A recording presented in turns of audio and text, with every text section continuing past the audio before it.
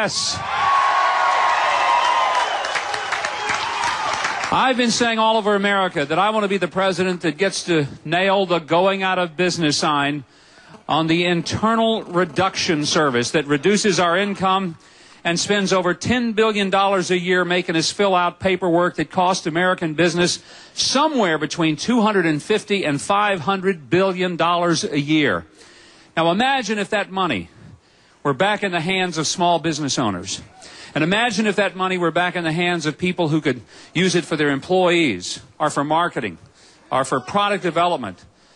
Gosh, imagine if it were anywhere other than in the hands of the federal government. It would have to be better. I want to say thanks for everybody coming out and joining together for this fair tax rally. Oh, thank you very much. Well, all across the country, when people hear about the fair tax, they're smart enough to understand that there's a reason why Congress is reluctant to pass the fair tax. Because it would empower ordinary Americans rather than empower Congress. It would give you a chance to direct where your money goes rather than having somebody in Washington, D.C. figure that out for you. But what would happen? Just think about and imagine the incredible consequences of seeing $12 trillion of U.S. capital that's currently parked offshore, not doing one thing to help the American economy. Imagine what would happen if that $12 trillion came back to the United States and helped to bring jobs to America that we've lost to China. One way to do that is to make the fair tax a reality in the United States of America, and I pledge to help make that happen.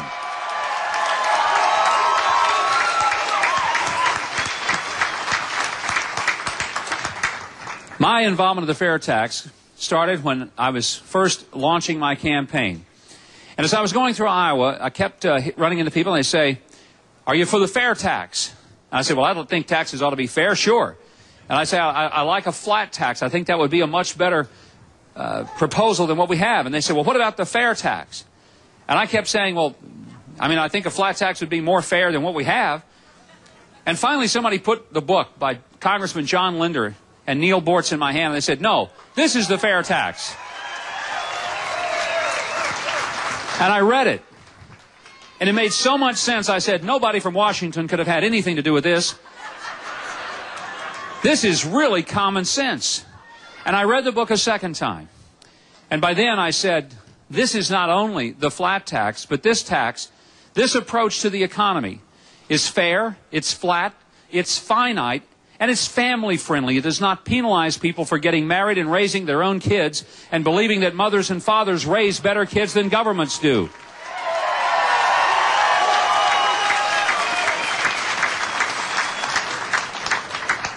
I wish that I'd been smart enough to come up with the concept of the fair tax all by myself. But what a lot of the critics don't understand is that this is not something that was cooked up by a politician as a campaign theme. It was created by the leading economists of the country, academic economists from Harvard and MIT, Boston University, Stanford University, and they were commissioned and given several $1 million to study the most efficient, effective, and the most productive way to create a system to fund the government that distributed the burden, but more importantly, that would revive the American economy. And the people who commissioned the fair tax honestly thought that when they got the study back, they would see a version of a flat tax. And they were kind of surprised when, in fact, the economists came back and said, if you really, really want to change the future of America, if you really want to revive the American economy and keep jobs in this country, instead of losing the 3 million manufacturing jobs that we've lost, here's what we need to do. And they proposed a consumption tax and ending all of the current taxes on our productivity. And it makes perfect sense. Think about this. Today, what we do is we penalize productivity. The harder you work, the more the government wants out of your paycheck. Yeah, it's a bad idea. I tell the story, and a story that happened to me in Manchester, New Hampshire, a few months ago when I was campaigning, and I was visiting a machine shop. And in talking to one of the guys who worked there, he's a machinist, and he said, "I'm working 2 shifts here at the machine shop." And he said, the problem is I'm working this second shift because I'm trying to help my daughter. She's in grad school at Cornell University, and grad school there is costing $54,000 a year. Yeah, my thought was exactly like yours. And my second thought was, thank you, God, that my daughter does not want to go to grad school at Cornell University. And then he said, you know, because I'm working the second shift, I'm in a new tax bracket. And being in a new tax bracket means that instead of paying what I was paying, I'm paying a higher rate, and most of what I'm making working the second shift is going to pay the government not to get my daughter through school. And I didn't want to break the news to him, but the truth is if he saved that money, we'd tax the savings. If he invested in the stock market, we'd tax his dividends. If he bought and sold something, we would tax the capital gain.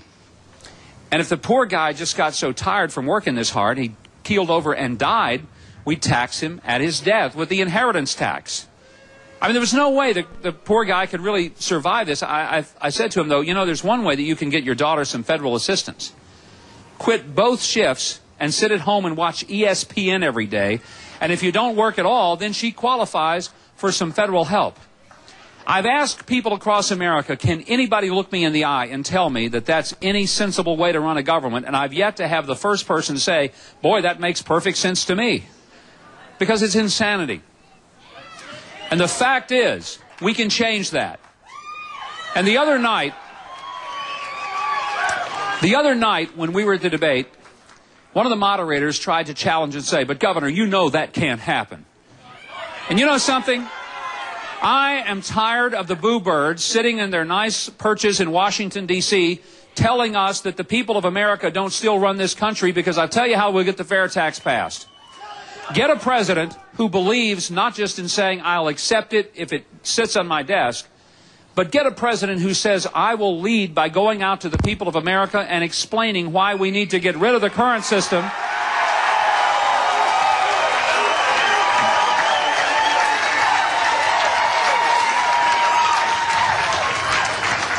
Get a president who actually is interested, excited, and can't wait to put the IRS out of business forever and ever. And then we, the people, will take it to the Congress and we'll give them a simple ultimatum. Either you pass the fair tax and repeal that part of the Constitution that authorizes the IRS and the income tax, or we will fire you guys and hire some people in Congress who'll get it done.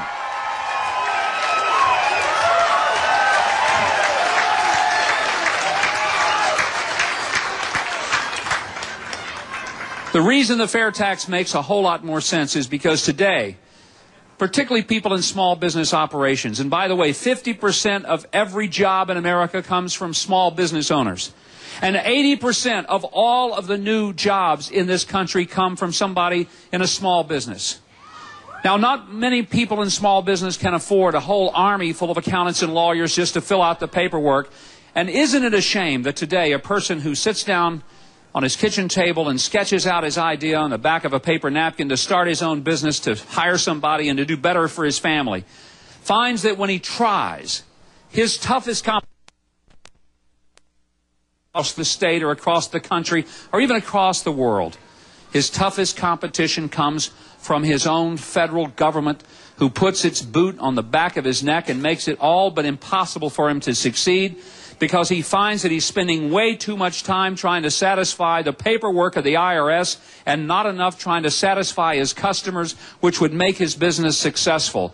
If we want to revive free enterprise and give it a real chance and give people the opportunity, whether they're driving a truck or whether they're serving tables or whether they're opening a dry cleaners or a store or creating a hobby shop, or they're launching a retail store or opening a service business to clean houses or warehouses or whatever it may be, the best way is to give them the opportunity so that the tax system they operate under is so simple that a 7-year-old running a lemonade stand could understand it, not 66,000 pages of federal nonsense.